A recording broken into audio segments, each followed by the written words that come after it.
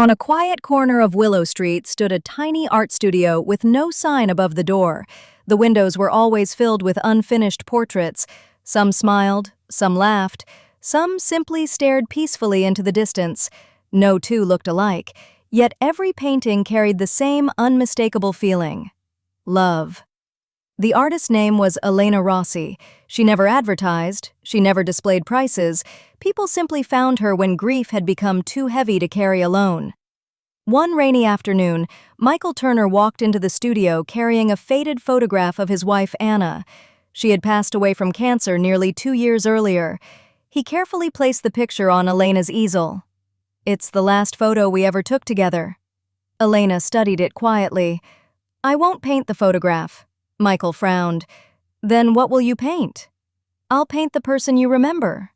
Michael spent hours telling stories: how Anna laughed so hard she snorted at terrible jokes, how she danced while washing dishes, how she insisted every stray cat deserved a name.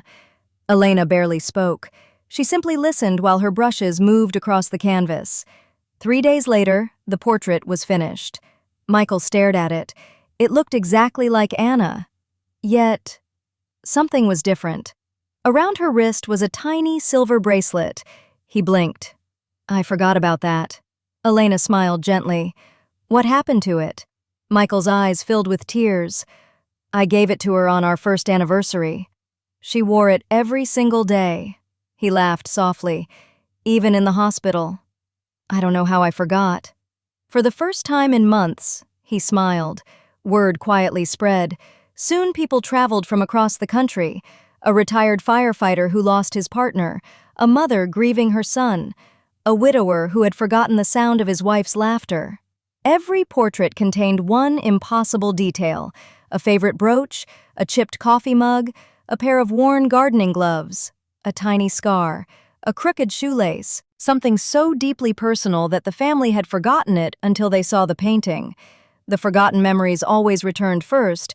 The tears came second. Peace usually followed. Then, one autumn morning, a young woman named Rachel arrived carrying no photographs at all.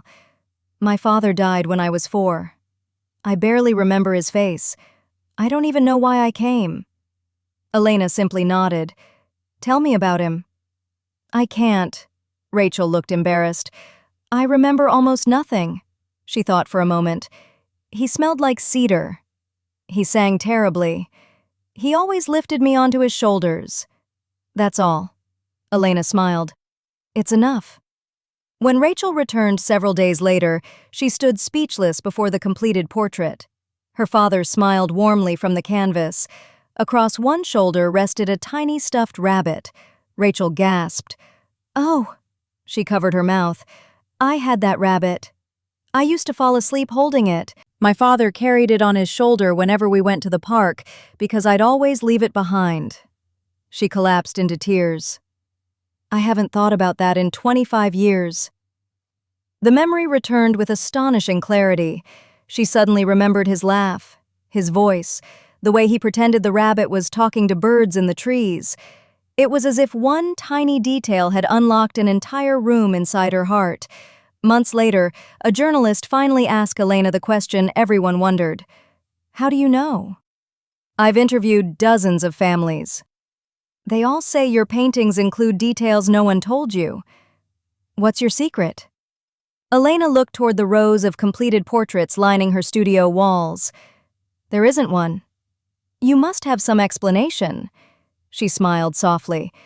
"When people stop talking about how someone died and start talking about how they lived, they always tell me." The reporter frowned. "They don't. They never mention those details." Elena picked up a small paintbrush.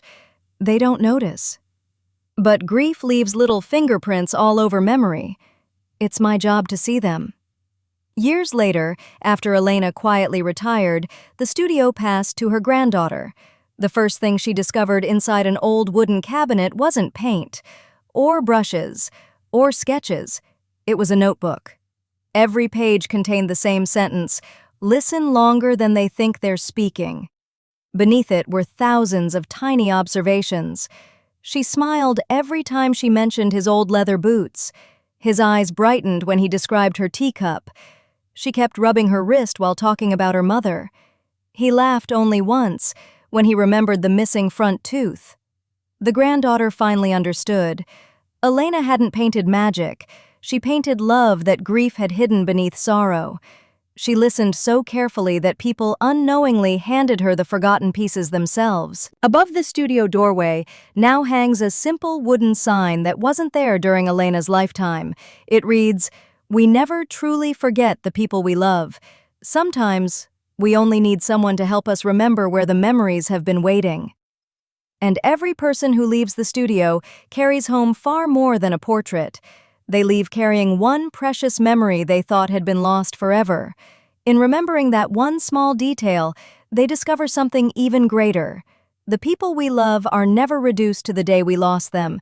They live on in the 1,000 tiny moments that made them wonderfully, imperfectly, and beautifully themselves. If you enjoyed this story, please subscribe to our channel. Thank you.